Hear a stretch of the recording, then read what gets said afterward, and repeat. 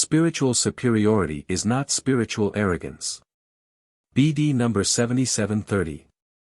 October 23, 1960. Spiritual superiority should not be confused with spiritual arrogance.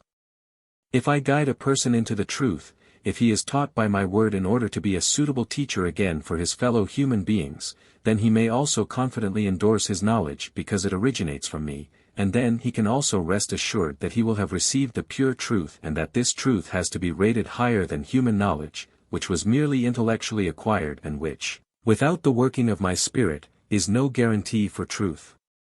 Hence, one can never speak of spiritual arrogance where it concerns advocating the truth from me, which the person receives from me directly.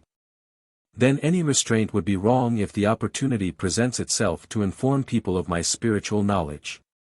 You just should not cast your pearls before swine, i.e., you should not speak where you clearly recognize my adversary's spirit, because the truth will not be recognized there as such and every conversation will be in vain. But anyone who is taught by my spirit shall also mention the working of my spirit and frankly and determinately stand up for my word.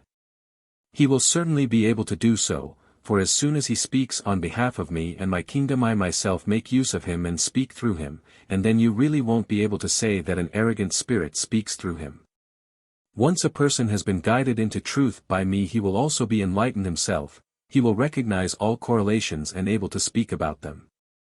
And if he is sure of the truth of his knowledge because he was taught through the Spirit, then he will also be self-confident and able to refute wrong opinions or provide good clarifications, in which case he can't be called arrogant, rather, his spiritual superiority should be recognized and acknowledged. The truth he imparts must impress the listener and also give him the inner conviction that it is I myself who speaks to him through a human mouth. And since I know my light bearers well I can also distribute the gifts of the Spirit such that they will be valued. For this reason I choose my own servants and give them the task to pass on the pure truth. And anyone with good intentions will recognize the truth and gratefully accept it, anyone with good intentions will be brought together with the bearers of truth so that he, too, shall be guided into truth, depending on his will. And you should always remember that I only give my grace unto the humble.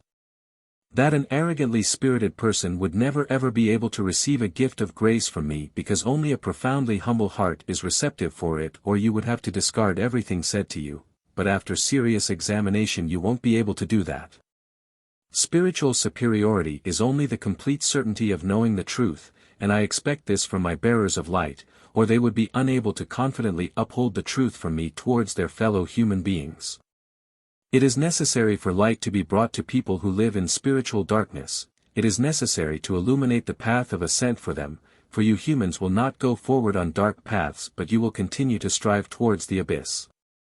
For this reason I will repeatedly convey light to you, and blessed is he who accepts it, blessed, who takes the path which will be shown to him in the light of truth. Amen.